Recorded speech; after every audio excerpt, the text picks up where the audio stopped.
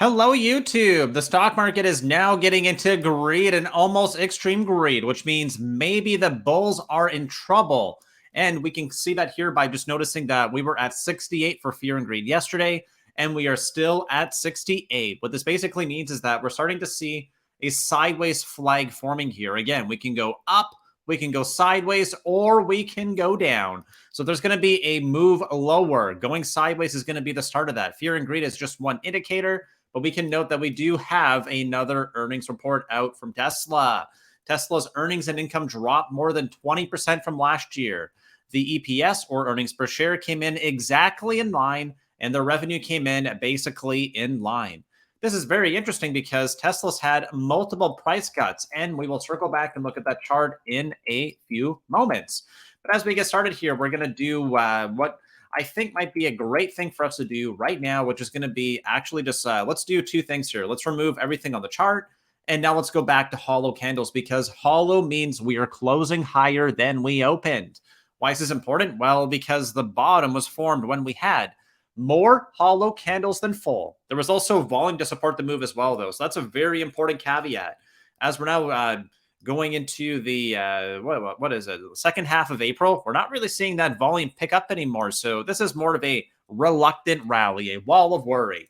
And we can see we have clear resistance up over here. So what's still missing for me is volume. Like I just mentioned, we need to see more bulls come in for a breadth thrust.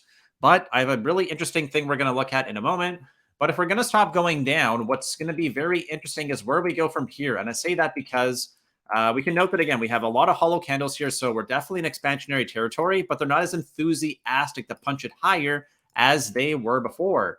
If we now look at one more thing here, we can note that yesterday we went through and talked about how gap ups are still for selling. Well, again, if you want to join us for 14 free days, you could have known what I mentioned to our group this morning, because I basically said the exact opposite. Our gap downs for buying. Well, we opened at 41222. And the low was 6 cents lower at 41216, which means there's basically no lower wick. Just like yesterday, there was no upper wick. What did we do?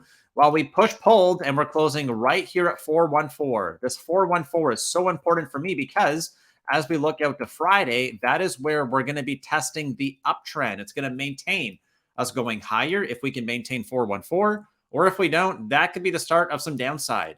I would also note that we have OPEX, or options expiry, coming in on Friday. And I think right now, last time I checked, max pain was either 414 or 410. So what's our low of the day today? It is 412. What's our high of the day yesterday? It is 416. So what does that mean? 2 points below 414, 2 points above, but a push-pull. And we're pretty much closing here at 414 for a number of sessions. Remember, options lose value as time decays. So by gapping up and flushing, by gapping down and pumping up, what is that? That's equal opportunity. We burned the bears yesterday, and we burned the bears yesterday, yep. And then we burned the bulls today, and we closed right back where we started. So this is very interesting. I'm going to ask you for a huge favor, please and thank you, as we're getting going here. If you could consider smashing that thumbs up and subscribing to the channel, I would greatly appreciate it. And I will come back and have a look at the Tesla chart in a few moments. Let's just get the rest of this news out of the way. Tesla big dog is out. Netflix yesterday. And we'll look at the reaction to Netflix as well. Tesla's numbers came in and they told us that they're pretty much right in line. So they're right in line after, I don't know, I think they've had like 6 different price cuts. So that's like really interesting. We can also look here too. So let's look at Tesla right now, actually. So let's look at Tesla, TSLA. And what do we note? Well, stock is down in after hours. Just because it's down right now does not mean it will be down after. Remember, Elon Musk is going to be on the conference call. He's going to provide guidance and commentary, which means we're going to hear what the big man has to say. And are we going to find that gap downs are for buying on Tesla? I'm noticing a pattern here. It's not perfect. It looks like an inverse head and shoulders. So the neckline, or the bottom part right here, would be very important at about 170. If we look here to our weekly chart, here is where things get a little bit less sanguine, a little bit less good. Why?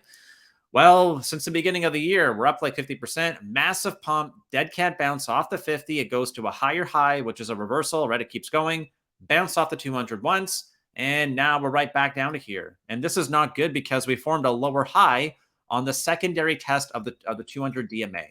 So if we remove everything now, we can note that we got 1 test, 2 tests, 3 tests.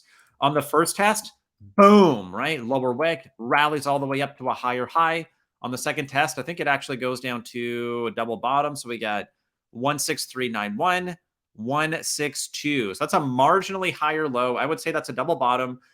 We hover here for 3 weeks, right? We have 3 candles on this 200 here. We push back up, form a lower high, and then come back down. And now we're really hovering for 3 weeks in a row on this 200 MA. Why is this not good? Well, because it's the start of an M. M usually means more downside. We're below the long-term price. We couldn't even test the short-term price. I'm not saying Tesla is a bad company. I'm just saying the stock looks a little soft right now. So if it can't hold on to that rough neckline that we pointed out before, I'm not sure it's going to hold up. And this is important because it's actually a really extended right shoulder. So it's not getting the it's not getting the mojo right now. Again, Elon can come out. He can save the day. He's done it before. But it's really important because Tesla is not the S&P. You can know we're only down by, I don't know, like 30 cents here in after hours. So it's like, who cares, right? That's the reaction so far. If we look over to Netflix gap down was for buying yesterday. When I recorded, I think we were down by, I don't know, it was like 8-10%. Well, we're down by 3 on the day now. We note that we have a massive hammer. We got big vol. And this doesn't look all that bad. Haven't quite filled the gap yet, but this is what I would expect to see from Tesla tomorrow. Keyword being if it's strong. Strong stocks act strong. Weak stocks act weak. Below the 200, below the 50, we got a death cross that formed. No, that's a rejection on the death cross. So we got a death cross that formed May of last year. That's a year ago. We get a rejection here on the MAs, and we're below both averages. We're below both on the weekly.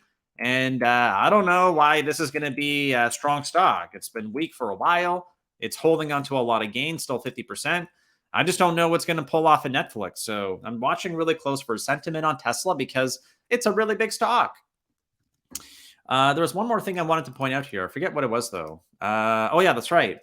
IAT. So here's one more thing I want to look at because we looked at those hollow candles for the S&P earlier.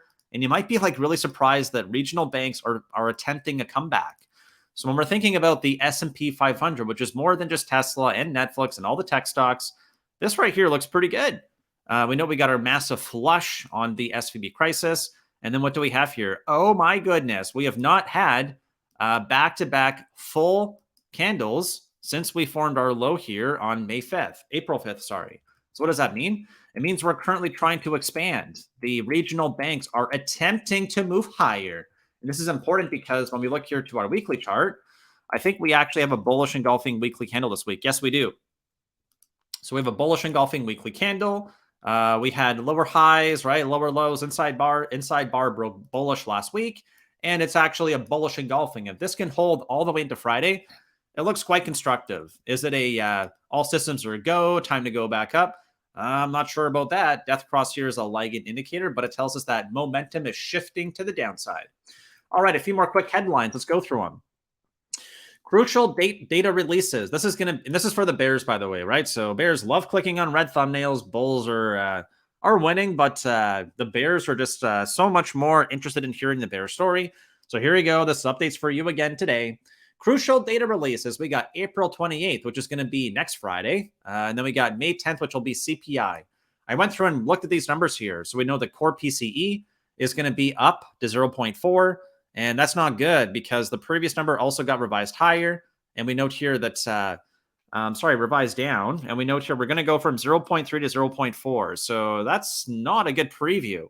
I'm looking forward to the 28th here. Sorry, that's for April 28th. We're just looking at the one headline number for core PCE. When we look at the 2 stars, which means still bullish, but not extremely bullish for volatility. Core PCE is expected to go up. Employment cost index expected to go up. PCE on a year over year and a month over month. TBD. We don't have those numbers yet because this is out on the 28th. They probably just don't have the data yet. That doesn't look constructive to me. And then the last one here is going to be looking forward to May 10th, where we get our core CPI. And the big decline from high 6s to 5s, well, that looks like it's going to flatline here. We're going to go from flat for core, which is going to be the headline number. Month over month, we're compounding at 0.4. CPI on a month over month is going to tick up to 0.2. And then we note that CPI on a year over year is going to go from 5 to 5.2. So the Fed has never stopped pausing. It's never paused before the Fed funds is over the CPI. And right now, that's at 5.6. So if this number doesn't come down, what we heard from James Bullard, from Bostic, and all the rest of those Fed officials might mean they're going to go to 5.5 to 5.75. All right. We can also note that UK food prices rise the most in 4 decades. Their headline CPI is over 10%. We had an update from Apple as they are ready, getting ready for their new VR headset, and they're going to be launching a whole bunch of apps with it. We can also note that if we're going to stop going up, we've gone over this pattern many times. Google is planning to launch its first foldable smartphone. This looks like it's them taking a shot at Samsung, who said maybe we're going to stop putting Google as the default search engine on the devices that we sell. Here's 2 more quick things. This is the Fed Beige book, came out today. I'm just going to read you 2 sentences because I think they're the most important ones. Let's get nice and close for those boomer eyes. Overall economic activity was little changed in recent weeks. 9 districts reported either no change or only a slight change in activity this period, while 3 indicated modest growth. What does that mean? A nothing burger. That's what it means for me. And then this one right here. Lending volumes and loan demand generally declined across consumer and business loans. Several districts noted that banks tightened lending standards amid increased uncertainty, and concern about liquidity. So that is fallout from SVB. And when we look here to regional banks, they don't look all that bad. So thank you for tuning in today. I'm going to ask you to please watch the weekend video if you've not already, because we went through a lot more information. And there's yesterday and today were the highest volatility days for the week, other than Friday when we got OPEX. Thank you for tuning in. I will see you tomorrow.